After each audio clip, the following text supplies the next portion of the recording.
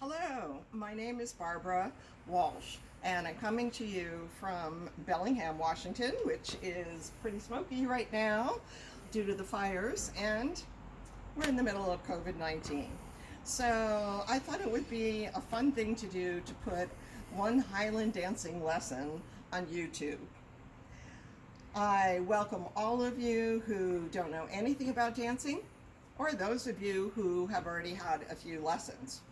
Highland dancing is pretty regimented. It was originally done by the soldiers who were fighting in the various Scottish battles, and it was not only a form of exercise, but it was a form of just getting their stress out, and they would do the sword dance, and whoever did not step on their sword felt it was a good omen for the next day.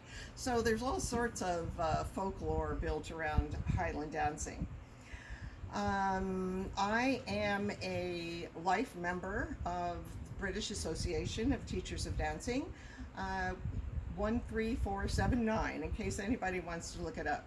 You cannot compete anywhere in the world in Highland dancing without being taught by a certified teacher. So I am one.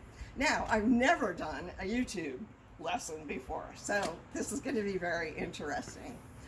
So Highland dancing, because they're men's dances, are done very much straight up and down, okay?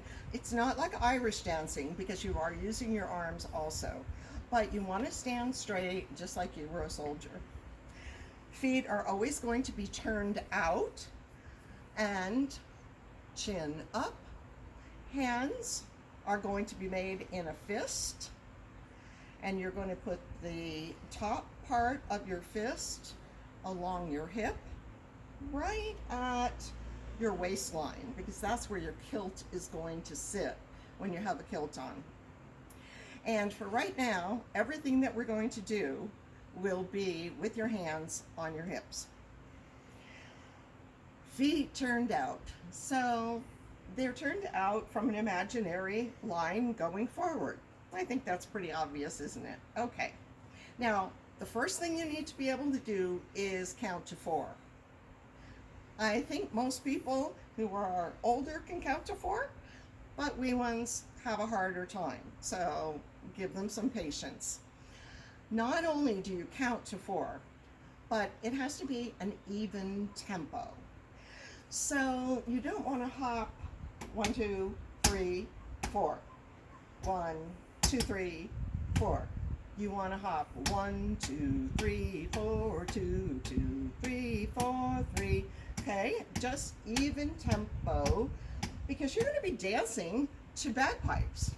And the bagpiper, he has to have some nice steady rhythm that he's used to piping. So he doesn't want to go, dee to dee to diddly dee to diddly dee to dee dee.